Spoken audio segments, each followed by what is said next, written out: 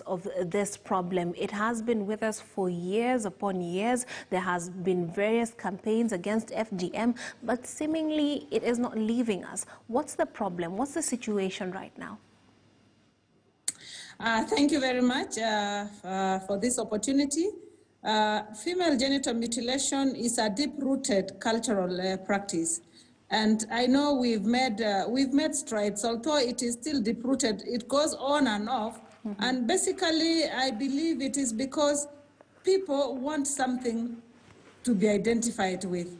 They want to be known for something. For example, I really feel that this upcoming group, Gwatandai, would just want to be known that they exist. I wish they would think of something else that will give them relevance. People are just looking for relevance by holding on to practices that have been passed by time. Mm-hmm. For example, when you get the cutters, they want that respect.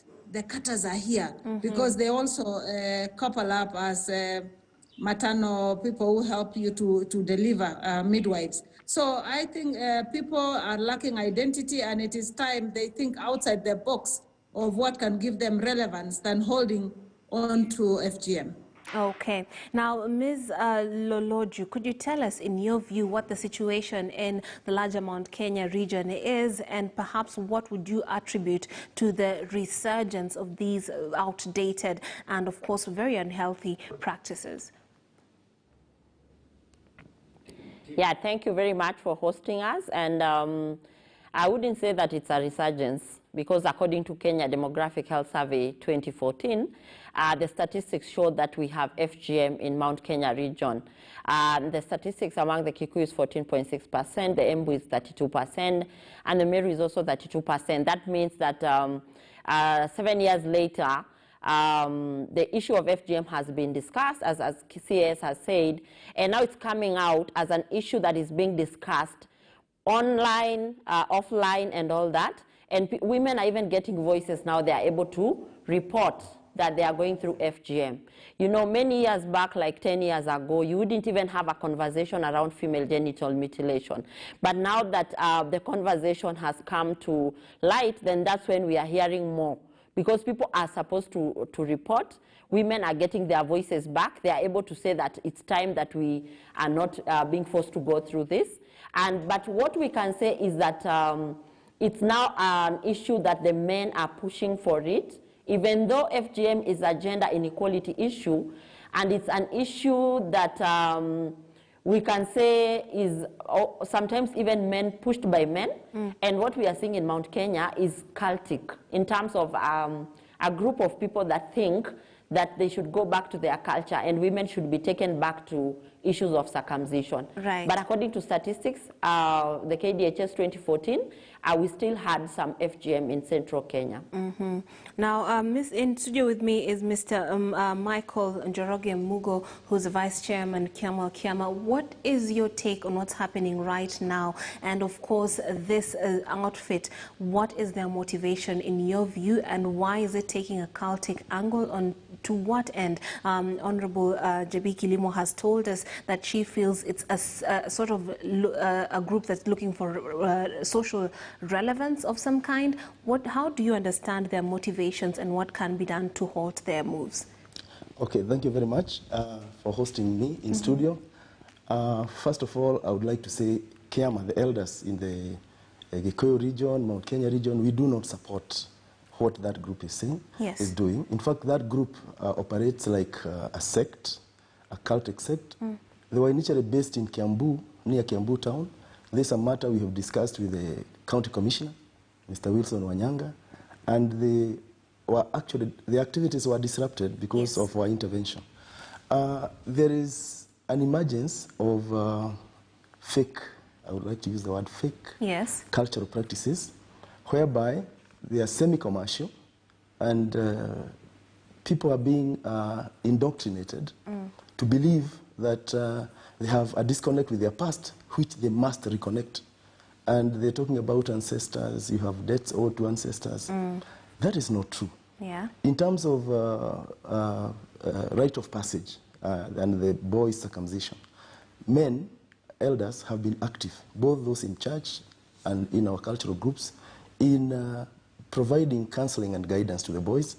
This has been missing for girls. So we can say the life skills that girls are supposed to learn are missing. There's a gap. So we are happy that now Gema women and other women across the country are coming and raising their voices to say that something wrong is happening, so that we can put it right. Yes. Among the Agikuyu, the issue of banning female genital mutilation started way back in 1928. And though those who practiced were doing it underground, again, among the Agikuyu, there is no issue of circumcising a woman. Circumcision, when it happened, was for girls, 12 years, 13, 14.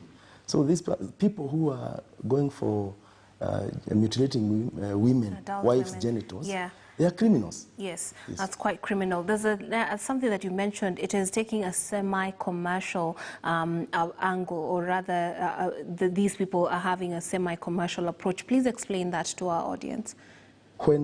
When they started like seminars, they would invite couples, anyone, and they would talk to them about culture.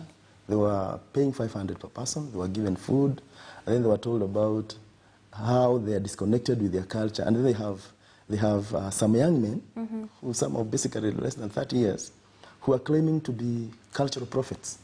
like Mogo wa Kefiro, and that they are able to deal with ancestors. And in Gikuyu, they say they have bogo. Bogo is like what the witch men use, like a marble, that can be able to interpret some things. So in the process, they are working on vulnerabilities of those who have no capacity to understand certain things. They'll tell you, no, you have this cancer, you have this problem, because you owe the ancestors something. So give us a goat, you slaughter it, you pay for some fees. Some people, as many as nine goats, costing more than 5,000 to 10,000 each. That is commercial and misuse of vulnerable women and vulnerable people. When they're told you pay this amount and then your issues will be resolved. And because you have new emerging conditions, like the prevalence of cancer and other diseases, they're taking advantage to try and explain this in a fake cultural, to offer fake cultural solutions. Yes. Yeah. Now, Honorable J.B. Kilimo, I'd like to get your thoughts on how this should be handled. From what he has described, it points to the fact that there's a need for a multi-sectoral, or rather, approach that was going to handle it, because it won't be handled just at the cultural level. Even the security, officials need to be involved. And we had the Gema Women of Council coming out in a petition to the Interior Cabinet Secretary, Fred Matiang'i, and saying that he needs to act and ensure this is put to an end. How would you love to see this being tackled so that it ends once and for all, given the description that we have gotten from Mr. Mugo? First of all, before I reach there, I want to thank my Cabinet Secretary, Professor Margaret Kobia. She gave me the opportunity to represent her in Moranga on 23rd of June during the International Widows' Day. And it was at that point that I got this information about Guatandai. And I am glad that the Fourth Estate, you people have picked it up. What I feel should happen now, as raised by Aturi Akiama there with us, first of all, then the elite women from the central Kenya and the churches should actually hold workshops or seminars, camps, for the young women and for the younger girls to be on the lookout. It doesn't just start overnight. To be on the lookout, if they are married, they should be able to see their husbands are being dissuaded to follow where, so that they can easily report and take cover when they think it is coming. Like, for example, the lady who unfortunately, I empathize with her, that as soon as she saw them slaughtering a goat at the gate, what was she supposed to have done? She should have already taken off. Or what should she have? And I will use this opportunity to say, call 1195. They will call the nearest police station to come to their rescue even before those people get in, because she said they were staying around the gate before that time. So that is one approach of holding camps and forums for the women. And I know that women were very good in attending churches, so we should speak it open. We should not just wait until it happens. Let us now raise, apart from just the elders talking about it, let the younger ones, the people who are actually who might be the victims if they are not careful to talk about it. Secondly, of course, then the chiefs to take why should the chief be afraid? Yesterday I attended a forum where the RC Rift Valley was telling the chiefs, why should they be afraid to die if they think that they will be attacked? They will still die, whether on duty in uniform or when they are just, when their time comes. So the chiefs should not be afraid for raising such issues happening within their villages, and more so the assistant chief. And if they find that a couple of their people, residents around there, seem to be going towards accepting that cult, then we should be able to hold a forum there and talk against. The Athuria Kiama should also look for their members in those communities and they raise up. Of course, it will boil to resources, and that is where we are saying, I'm saying that the civil society organizations or partners should actually be able to support forums for them to hold and talk against this cultic thing. Yeah. And why are they paying the debt with the blood of the women's clitoris? That's the question they should be able to answer also and raise it. Let us talk the untalkables. Yeah. This is a wound in our society. If we keep quiet, it will continue expanding like cancer. But when we talk about it, we will be able to remove it. Absolutely. We need to be having those conversations increasingly at all levels here in the media and also with the people at the grassroots and make them question some of these doctrines that are being put to them. I'd like to pose this one to Ms. Loloju. She's the CEO of the anti-FGM board. I'd like to know, of course, when you hear some of the things that are being said, when you hear cult-like behavior in our localities, it's usually taking advantage of a lack of knowledge and vulnerable members of society who are not questioning some of the things that are being told. So as the CEO of the anti-FGM board, when it comes to educating the women and the local communities, what are you doing to ensure that you counter some of the narratives that are being put forth that may persuade people to go for some of these cult-like practices? Yeah, as the anti-FGM board, our role is more of awareness creation and formulation of policies and strategies. So what I can say is that according to the KDHS 2014, 21% of women of Kenya from the age of 15 to 49 have gone through FGM. And this is more than 4 million women and girls. You can imagine that number. And what we have realized as we continue with our awareness creation is that there is a lot of lack of knowledge of exactly what FGM is and what it means to be taken through female genital mutilation. So what we have done is that we've been able to do what we call community dialogues, where now we allow the communities themselves to talk and to discuss this issue and really tell us why they think it's important in their life or why it's continuing. And what we have come to realize is that the moment we start the community dialogues, then our elders plus our women plus our young people are able to understand that it is against human rights for a woman to be taken through female genital mutilation. And what I can say is that what has really helped us with this conversation is the local media. Because we know now in every community we have a local radio station. So what we have done is that we have community champions who have been trained, and these community champions are able to go to their local radio stations to create awareness on what exactly female genital mutilation is, what are the effects of female genital mutilation, and what the law says about female genital mutilation. Yes. As you're already aware, we have the Prohibition of Female Genital Mutilation Act 2011, which is the one that is guiding us, and it's the one that has put the anti-FGM board in place. For the last 2 years, we have been all over the country, even amidst the COVID-19 pandemic, because as you're already aware, we have a presidential directive to eliminate FGM by 2022. And out of that, we already have a multi-agency technical team that is in place and is made up of 10 ministries, agencies, and departments. So that means we are working as a multi-sectoral team, and we are reaching out to our people to make sure that they understand that it is against their human rights to be taken through female genital mutilation. Right. So the conversation we are now seeing around the country on issues of FGM is because the anti-FGM board has taken its role very seriously, and we have worked as a team with the other ministries, especially the Ministry of Interior and Coordination of National Government, because they have structures up to the community level. We also work with the Office of the Director of Public Prosecution, and we work with the Ministry of Health.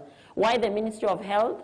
Because every woman who has gone through FGM, or every girl who has gone through FGM, they have to be taken through an examination by a medical practitioner to prove that FGM has happened, because that's the only way that person will win the case in court.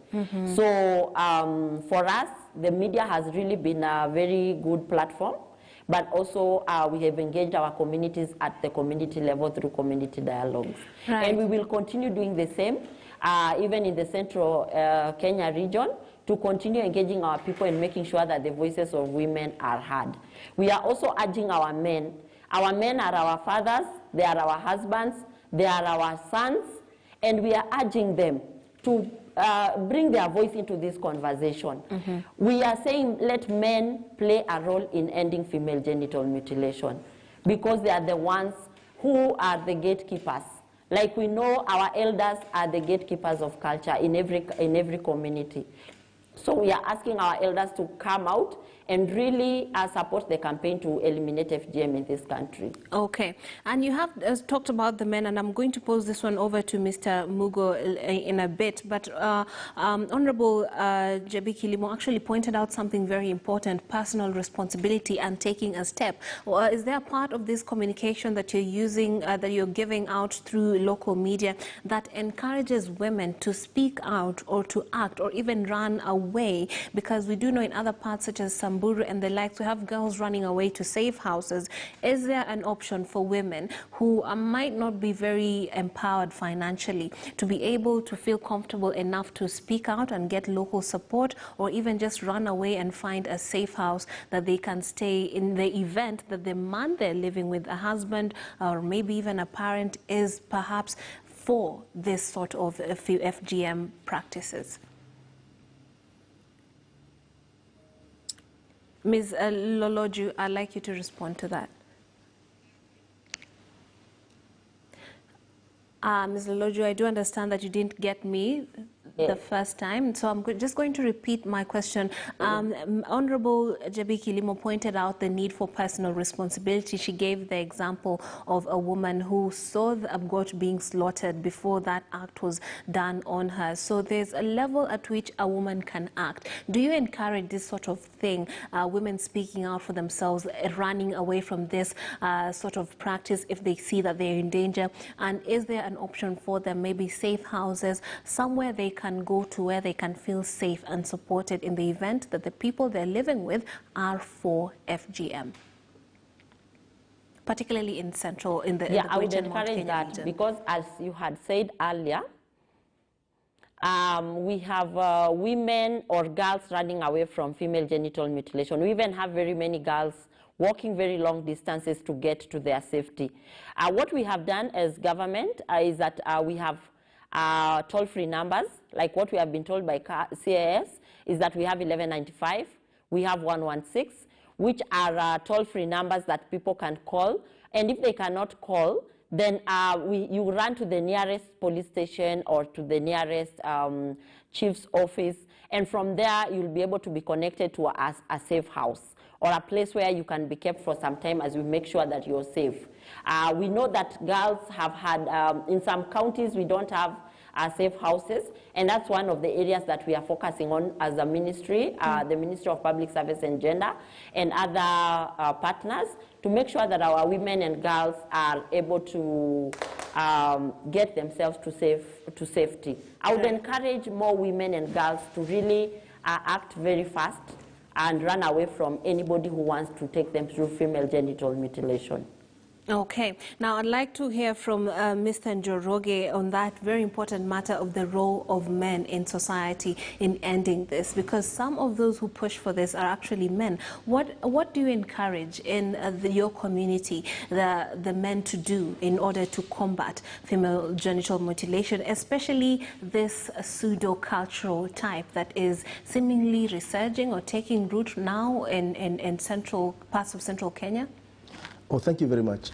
First of all, I'm a bit surprised by the reaction from the anti-FGM board and even the Ministry of Gender, that they are talking about asking women to run away, report to the police. We are talking about the threat that is already at the door. Yes. We should aim at preventive actions. Okay. And preventive actions should address drivers and the causes of these vulnerabilities. One of the major causes of the vulnerabilities is what has been mentioned as lack of knowledge and capacity to, one, understand the FGM.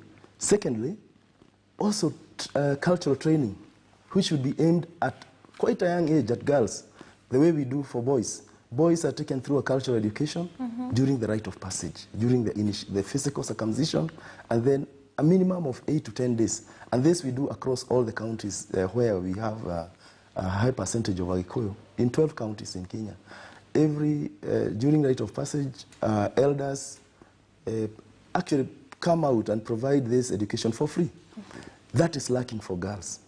We need to have this, some people call it alternative rite of passage, taking place so that girls are educated on the dangers. Because one, of late, we've learned some young women are taking pride in going through this process of FGM. Okay. And they are happy about it, and they are saying that they are anti-Christianity because there's a foreign religion. So we need to, one, as we have a multi-agency task force, or is it task force, then we also need a multi-stakeholder approach.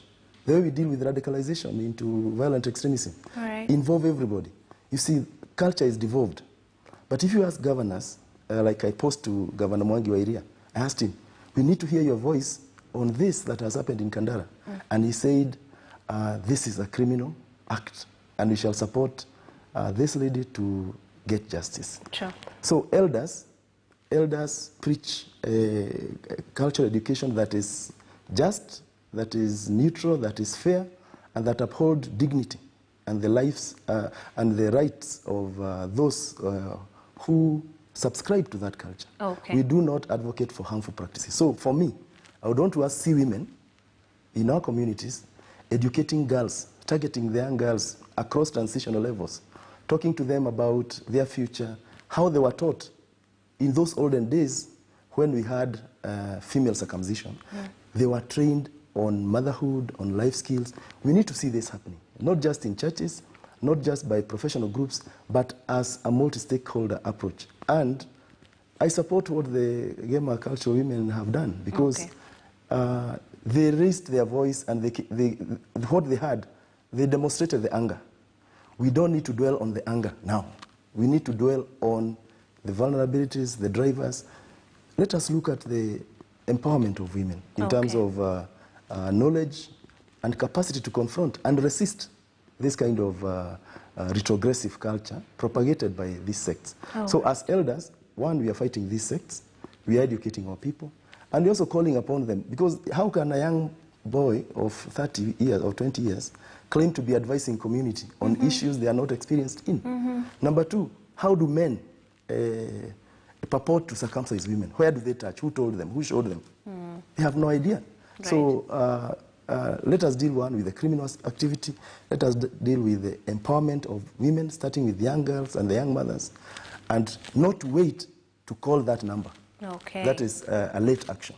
Right. That I'd like a reaction from Honorable Jabiki Limo on the fact that you've pointed out a very interesting angle or element to this problem, the fact that there are women who are basically brainwashed into being for female genital mutilation. How then do we handle this one? Because one would expect that it would be the woman that would be offended or feel like they are in danger, but when they are taking pride in this practice, this means that that is a whole other ball game. How should the approach be, and perhaps what would you advocate for right now?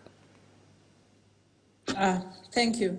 There's a conversation I would want to have carried forward from what CEOs talked about, the safe spaces. From the State Department of Gender Affairs, and this afternoon we will be having a conversation with a consultant reviewing the GBV Act of 2014. And in that we hope to encompass the issues of safe and protective spaces. Research has been done, and we have CSOs who are running such safe and protective spaces, and about maybe 2 or 3 run by government.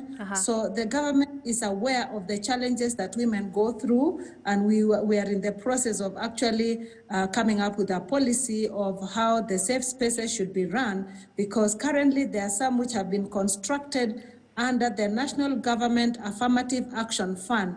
That is the government fund overseen by women MPs from the counties. Women representatives have got that, and they put up shelters. So I think we are making space, we are making move on that. Now to talk to Athuri Akiama, who is here with us. First of all, the challenge that we should train the women and the young girls. Let me also pose a question to him, that what are they doing with the boy child? Because who are the perpetrators in this? These are the men, the young men of 30 years. What are they training them when they go to Jandoni, when they're in seclusion? Okay, we are saying stop FGM. So whatever was taught during the seclusion when women were being circumcised, we have to find alternative ways of passing on this information. I really feel that the girl child is more empowered now to make personal decisions than the boy child, who wants to retrieve to that cocoon of our culture where we've come out as butterflies and we are flying beautifully as women and girls. So I feel that the challenge is posing for us to train. This is something that we will take up. I am not running away from it, but we will want to talk to the Women Council of Elders to actually now get opportunities to train their own. That doesn't need to be a government approach. That has to be a community realizing that there is something missing in our midst. And I believe that this conversation and the women coming out to speak is already a trigger. We should now have a ripple effect on people saying, what must we do? Yes. And so I say the men also should come up and talk about the boy child who is spending time either in the pool or drinking or engaging now in such cultic, because they are not taking their space as the head of the families, as the men. And we understand the times are hard, but this is where we say, Council of Elders, please come and help us. Okay.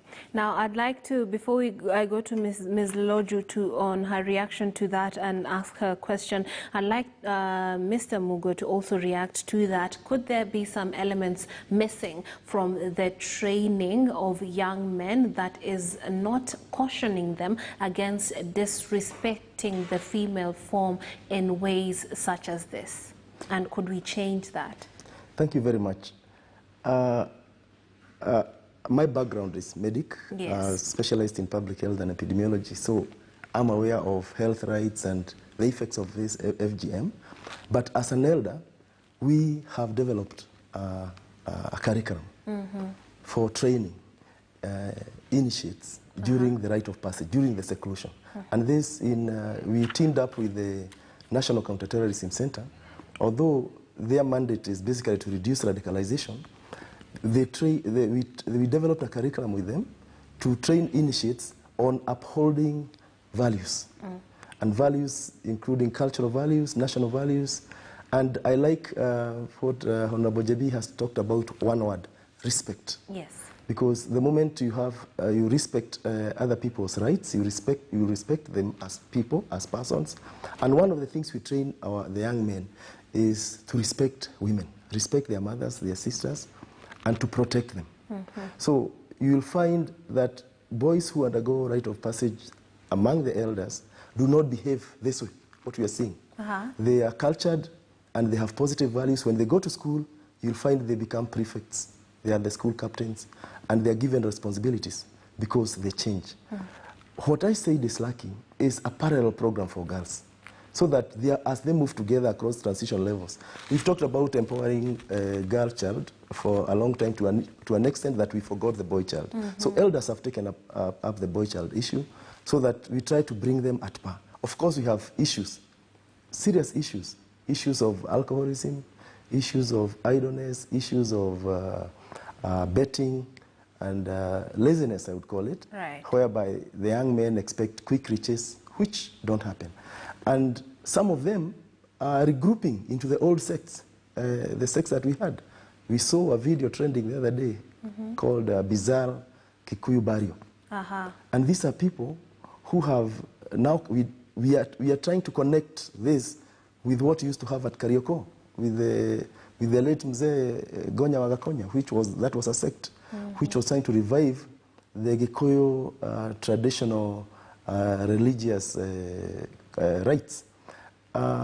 Probably, and this is what we think. This group started in Muranga recently. We are thinking they're trying to revive the Kikuyu rituals of Kikuyu methods of prayer and adoring God, like Mwenenyaga, the God of Kirinyaga. And just sorry to interrupt you, but I'm wondering, what is it about these times that is inspiring this sort of changes? Are they new right now? Is there something? Is it political, economical? What is drawing people towards these things that were previously forgotten?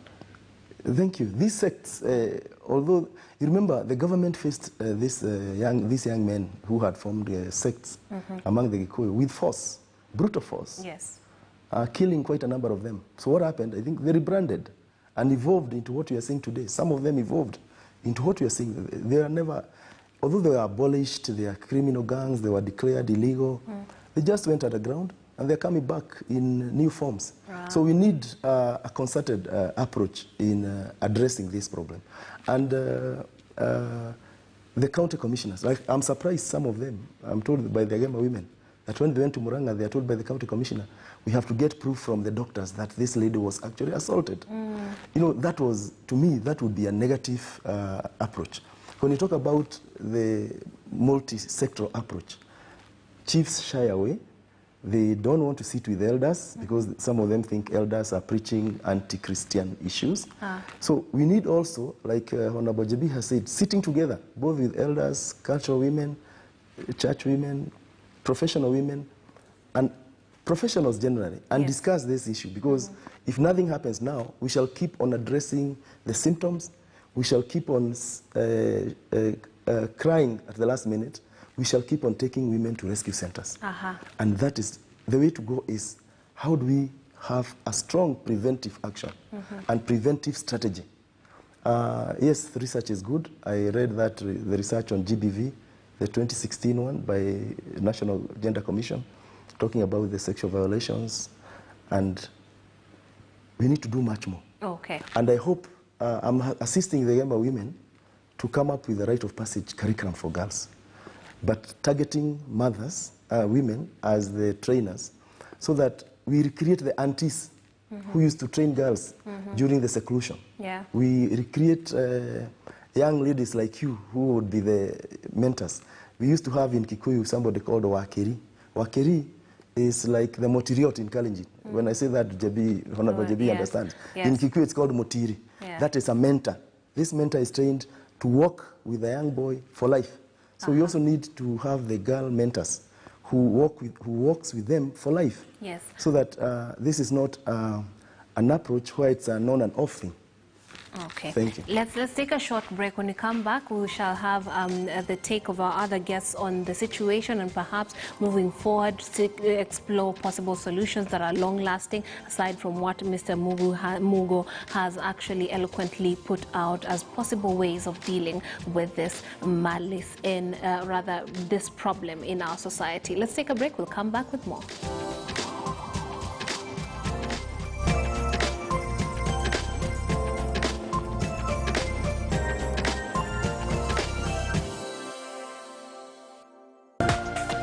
This is KTN News.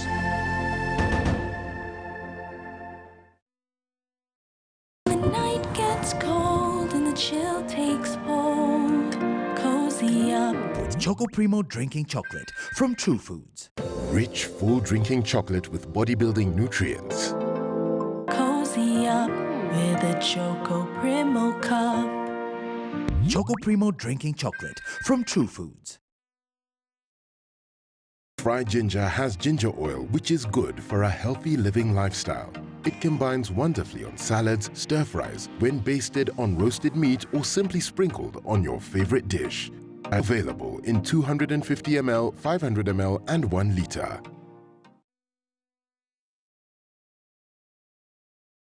Wagwan, why a bagging Russ? Always pan the phone calling, keeping eye away from meditation with the notification. To get Blazing Rasta as your skiza tune, dial star 811 star 799 hash.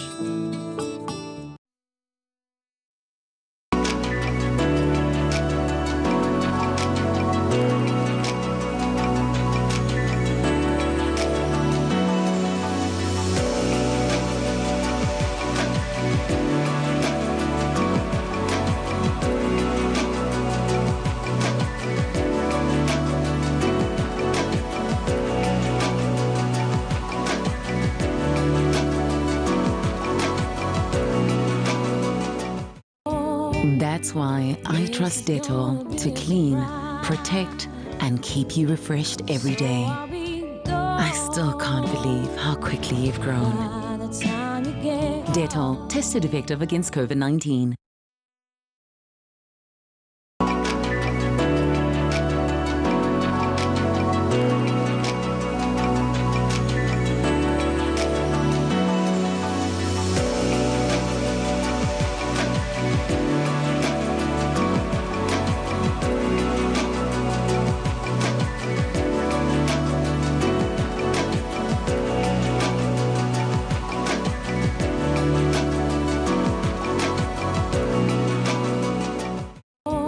That's why I trust Dettol to clean, protect, and keep you refreshed every day.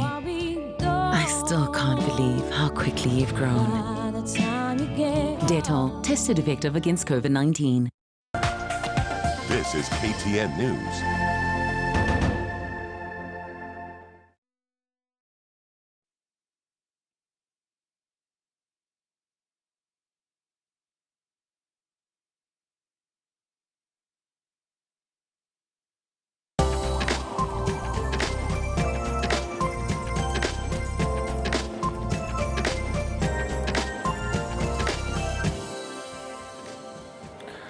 Welcome back. You're watching Morning Express. We're talking about the social ill of female genital mutilation and some peculiar happenings that have plagued parts of the greater Mount Kenya region. And with us here to discuss this and find out what possible ways we can combat this once and for all is here SJB Kilimo, as well as who's coming out to us live via Zoom from Eldoret. We also have Bernadette Loloju, who's the CEO, anti-FGM board, as well as Michael Njoroge Mugo, who's the National Vice Chair, Kiama, here with us in studio. Thank you so much for joining us and helping us have one of the very important conversations on how to deal and tackle with female genital mutilations and the cultic,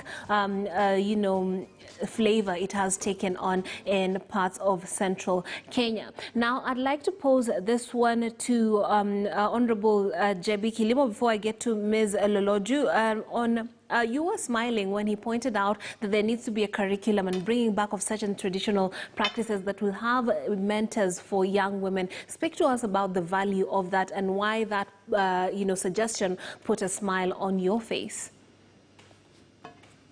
Thank you very much. It put a smile on my face because it means community are taking the changes or are considering themselves the change agents. It means we are moving forward. We don't want to withdraw or abandon all our cultural values. In fact, if we held on to our cultural values, there would be no street children.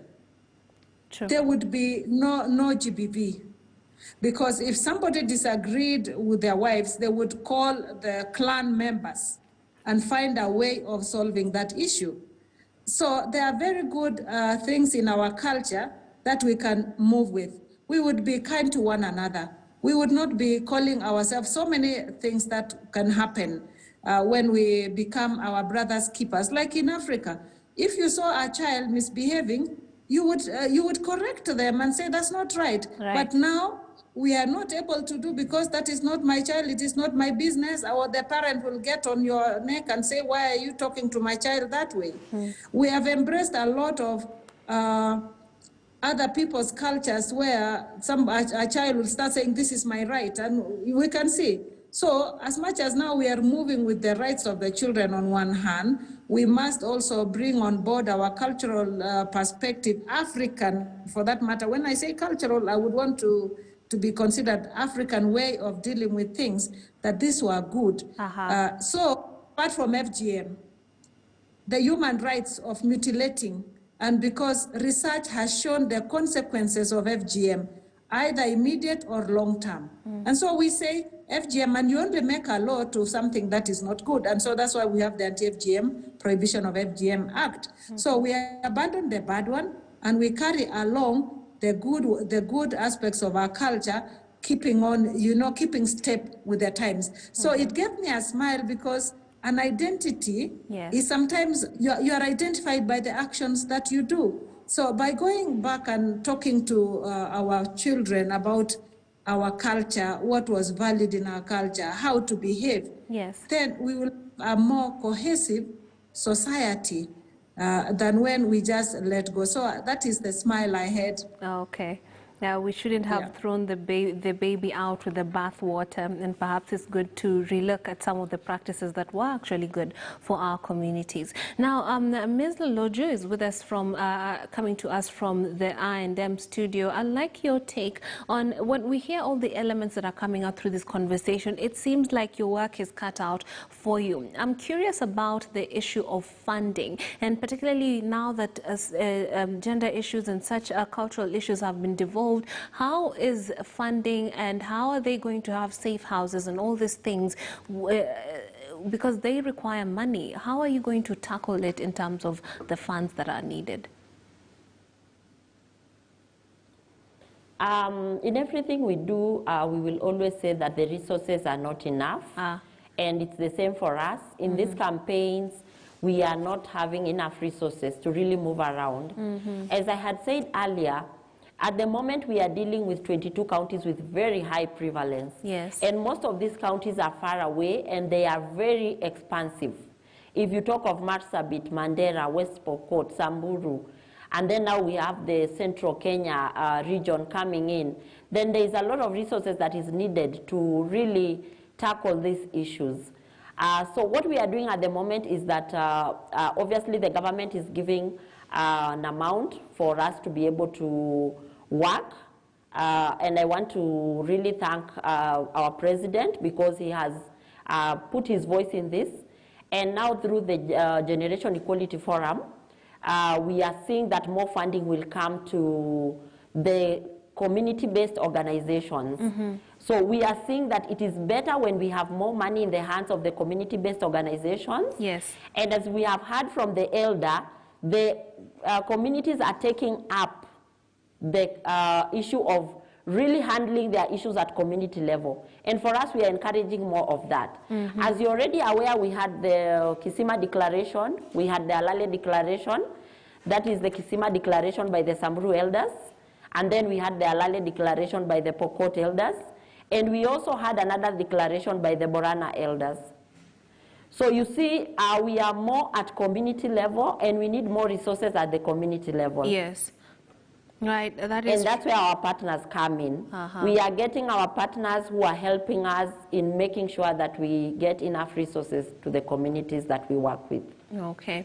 Now, also on that, I'd like to know then, given all the 22 counties you pointed out where this is prevalent, at the same time, some of these have very tricky terrain and it's hard to keep up with some of the families and the communities that you need to reach out, and there is a target, a time limit that has been put out by the president. Do you think it's achievable then to get rid of FGM once and for all within this time limit? The time limit is quite a challenge for us, but what I can say is that for government, we have all the structures in place. Okay. So we are not looking only at the anti-FGM board or the ministry itself. So we have all the other structures in place, and we are hoping that through all these structures, we should be able to handle this issue. Absolutely. And I'd like to get Mr. Mugo's take on the issue of having multiple stakeholders digging into this problem. We have churches, we have civil society. We talked about chiefs not being very eager to be a part of conversations with, let's say, elders. How would you love to see everyone chipping in moving forward? Thank you very much. First of all, about putting voice into this. We need prominent Kenyans. Okay. To hear prominent Kenyans talking about this issue. We want to hear Council of Governors talking about it. We want to see Council of Governors instructing their chief officers in gender and culture departments to work with elders and other groups and provide resources, because the devolved resources for culture, we are not very sure how these funds are utilized. Yeah. When we have a cultural issue like this, we expect governors to allocate some resources to support capacity building, to support development of curriculums, training curriculums, to support women and forums, like what the board has said. We can't just use resources from the national government, yet culture is devolved and we have resources at the grassroots. The other one, and this I can say, we've been working with elders from other regions, right, through the National Council of Elders, worked with Njori Njeke, and among the Gikuyu, we have a group of superior elders we call Adhamaki, who have allocated themselves roles to train women mentors, and the women mentors are regrouping to do the work they were supposed to do in mentoring girls. This has been happening last year in Rari. We have Mudhamaki Thiongo Wagitau, who was supposed to have been in studio, but I replaced him. Okay. And they had an activity in Rari where they trained 60 girls. The same happened in Meru, Igonji Catholic Parish, and they trained again 60 girls. And why I'm talking about training of girls, it's because this will be long term. This will be long term. Okay. When it comes to politicians, they will not want to talk about this because to a politician, every vote counts. Yes. And they don't want to offend Dae, what are Dae, they don't want to offend the circumstances. But allow me to address men. When you are not a doctor or a husband to somebody, you have no business touching female genitals. In fact, it's an abomination, it's abhorrent, it's a repugnant act, and this, in the Kikuyu tradition, is Kikuyu, what we call in Kikuyu Mogiro, that if Kikuyus had hell, you would actually go to that hell. So don't, because that is criminal, that is not culture. Even when we had circumcision of girls, there were those specialized women who carried out, and may I point out this, why were elders, why were traditional communities circumcising their girls those days? They were merely putting a mark on a girl to state that this girl is ready for marriage. So now when you go circumcising a woman 50, 60 years, what mark are you putting there? It's just injury. So let us work together, and the chiefs should agree, the church leaders should agree to work with elders. Let's work together. Let's not have a blame game and say these are elders who are not in Christian faith, or these are sectoral issues.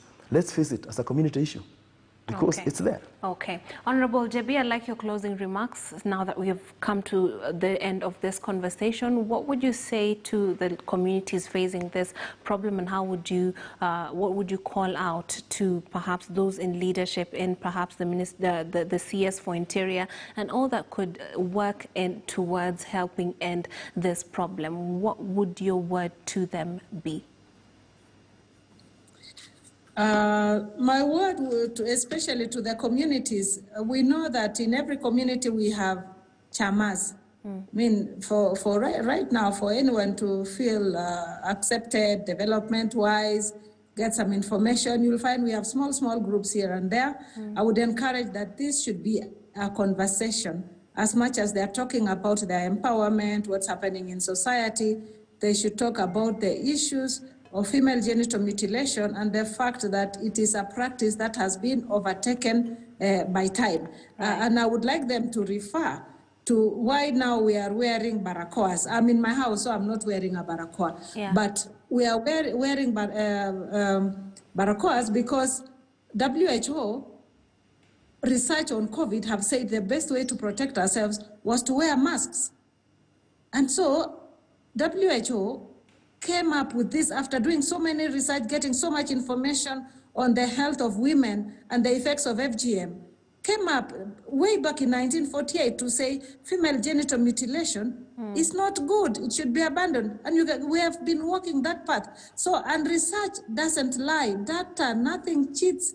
So this is something that they should be able to say, by the way, this one has been found to be bad, and now they talk of what is positive and what they can do. And as to the Ministry of Interior, I really appreciate the fact that they collaborate closely, if not like the lead or implementing partners in the elimination of female genital mutilation in our country through the structures of the former provincial administration, because the assistant chief is supposed to know what is happening within there, or the chief. So it's a matter of just asking them to continue being more vigilant, or the chiefs to be more accountable. And this is something really we work as a team. I may not be able to say I'm giving them this information and all that. But wananchi, serikali ni nani? Serikali ni wewe. So that we're not just pointing a finger, why hasn't the government done this?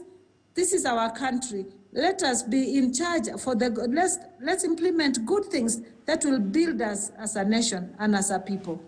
Okay, thank you very much. Ms. Loloju, your closing remarks as we conclude the conversation. My closing remarks is that we have a lot to learn from our elders. The time I've gone around this country and engaged with the elders, I've realized that for a very long time, we ignored them. We thought that now their time is ended, they don't understand us, they don't understand this younger generation. But what I want to tell each and every one of us, let us listen to what our elders have to tell us. Let's learn from them. Because for them, they know more than us. And they help us make decisions that are good for all of us. We should not take it, elders are telling people to continue with FGM. I can assure you, our elders, after we have engaged with them, they are the ones who are in the front line to bring this to an end. And as the elder has said, who is with us here, let us not have the religious leaders ignore the traditional elders, or the traditional elders ignore the religious leaders. All of them have a voice. All of them have a platform. Number two, I want to say that ending FGM is everybody's responsibility. Wherever you are listening to us, please do not take your daughter through FGM. Protect her from female genital mutilation. For the husbands, don't take your wives to be cut, please. Because FGM is one of the worst kind of violations against women and girls.